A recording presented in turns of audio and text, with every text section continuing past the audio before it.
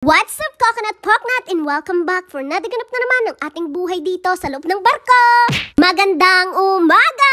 Day 5 na natin dito sa loob ng barko at ito nga pala si Kuya Robert. Nga pala, isang Pilipino na nagtatrabaho din dito sa loob ng barko. Ang Pilipino talaga, super friendly. At palagi lang talaga silang nakasmile. Shoutout nga pala sa pamilya ni Kuya Robert dyan sa Bulacan. Mahahanap nyo nga pala si Kuya Robert dito sa breakfast buffet. Kapajama pa talaga ako nung pumunta kami dyan sa breakfast. Hindi nga pala muna ako naligo at nagbihis dahil maliligo nga ulit kami mamaya sa dagat. After ilang oras nga kaming tumambay dun sa breakfast buffet, bumalik na rin kami dito sa aming kwarto. As usual, malalang lakaran na naman. Bago pa man tayo makarating dun sa ating kwarto, ay gutom na naman tayo. Sa laki nga ng barko na to, kaya ang haba ng lalakarin mo bago ka makarating dun sa iyong kwarto. Ayaw mo yun, exercise to the max ka, Mars. Araw-araw na maglalakad ka dito sa loob ng barko ay day sulit kasi tunaw yung mga kinain mo. Kaya okay lang talaga na kumain ka ng kumain all you want. No need ng mga diet na yan dahil matutunaw lang din naman yung kinain mo kakalakad mo dito sa loob ng barko. Ay aba, bongga talaga to si Kuya Patur. Lagi malinis ang aming room. Patur nga pala ang tagalinis ng aming kwarto everyday at isa rin siyang Indonesian. Ba talaga kapag Asian ang naglilinis ng kwarto mo, talagang malinis at pulido. Eh di wow, di ba? Dahil nga late na tayo makarating doon sa ating second stop, kaya tumambay muna tayo dito sa ating balcony. At sa pagtatambay ko nga dito sa balcony, nakita ko na may dumaan pa na isang barko at ito nga siguro ay pupunta rin kung saan kami pupunta. Eh di ba, Siopaw, ang gulo ng buhay mo, di ba?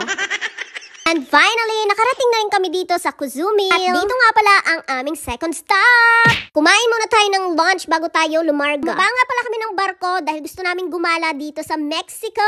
Ay, Joy, sinasabi ko sa'yo, napakainit pala dito sa Mexico. Hinaig pa ang Texas sa sobrang init. Hawak kamay, di kita iwan sa paglakbay. Sana all may ka-holding hands, diba? Napakarami nga talaga ditong barko today. Ay, sinasabi ko sa iyo, Mars, tiba-tiba ang mga shopping store dito for today's Gorabels. Ilan ba namang barko naka-stop dito? Sa dami ng sakay na yan, ay die for the shopping ang mga sangkatauhan. Sana all may pang-shopping, diba? Ang ganda rin talaga dito sa Cozumel dahil napakalinaw din ang kanilang water. At bukod nga dyan ay napakarami din nilang shopping store. Bago ka nga makatawid ay kailangan mong dumaan muna dito sa lagusan ng gastusan.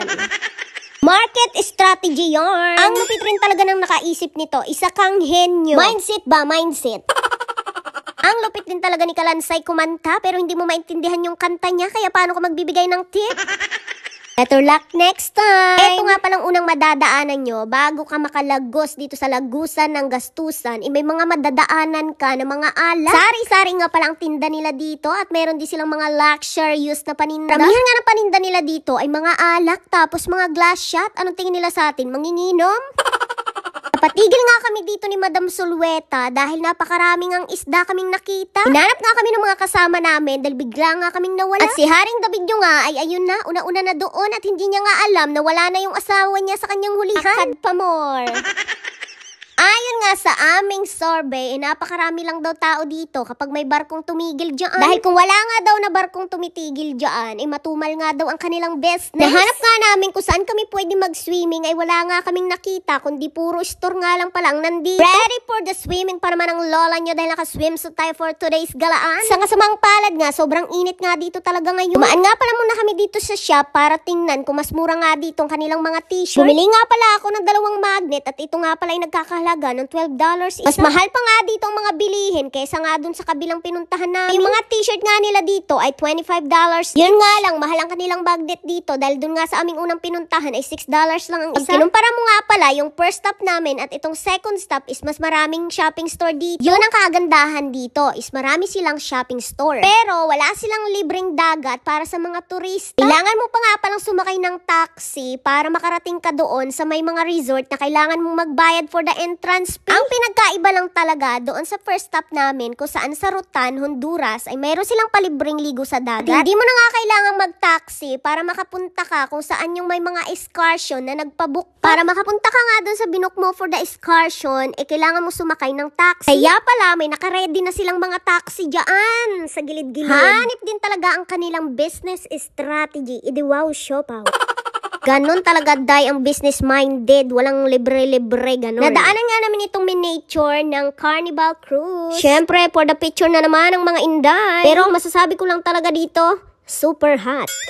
Pag may kasama nga kayo na asawang napaka-arte, Diyos ko Mayo Marimar. Eto nga si David at ang kanyang best friend ay sobrang picky niyan pagdating sa pagkain. Pero si David nga kahit papano kumakain ng Filipino food, pero yung kaibigan niya talaga sobrang picky sa pagkain, Diyos Mayo Marimar. Yung asawa nga ng best friend ni David, gusto nga sana namin mag-ice cream day. Abang sabi sa amin, hindi daw pwede kasi sasakit nga daw ang aming tiyan. Kaya ang ginawa lang talaga namin dyan is naglakad-lakad, konting shopping. Hindi man lang talaga namin na-try ang pagkain dun sa Honduras at saka dito sa Cozumel. Dahil hindi nga kami payagan ng aming mga asawa, baka daw mag-alburuto ang aming mga tiyan. At dahil nga walang palibreng swimming dito, kaya naman bumalik na lang kami doon sa barko. At yung malaking barko nga pala na yan ang Icon. Na Icon nga pala ang isa sa pinakamalaking barko. And I wish na one day makasakay din kami dyan ni David. Kasi ang mga nakasakay dyan, day, mga mapepera, matotongda, mayayaman, ganun. Dahil napakamahal nga sumakay dyan sa The Icon. Malay mo naman, di ba, one day, pag ipinagkaloob ni Papa G,